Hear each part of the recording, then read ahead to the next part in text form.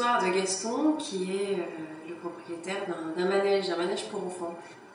Ce qui me plaît en fait dans ces manèges, c'est pas les manèges super high-tech, des grands parcs d'attractions, genre Disney World, etc.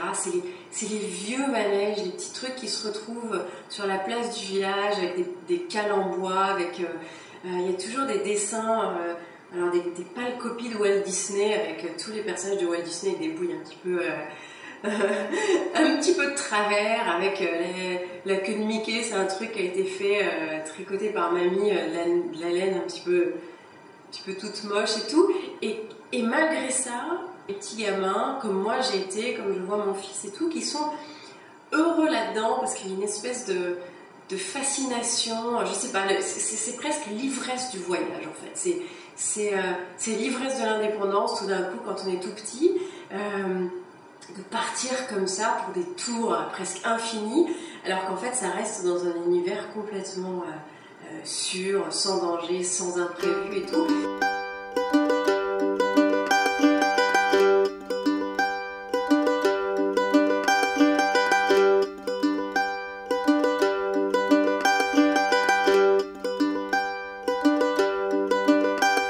Et donc voilà, c'était cette histoire des lumières, ces lumières de l'enfance, ces lumières toutes colorées et tout, cette idée du voyage alors que c'est un voyage presque immobile, mais quelque chose qui est très joyeux.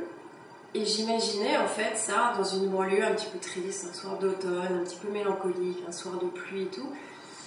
Et voilà, en fait c'est cette vision, c'est vraiment tout à fait une image de cinéma en fait. Voilà, on met le décor, c'est un manège au milieu d'une ville un peu triste, et c'est ce qui lui amène sa lumière.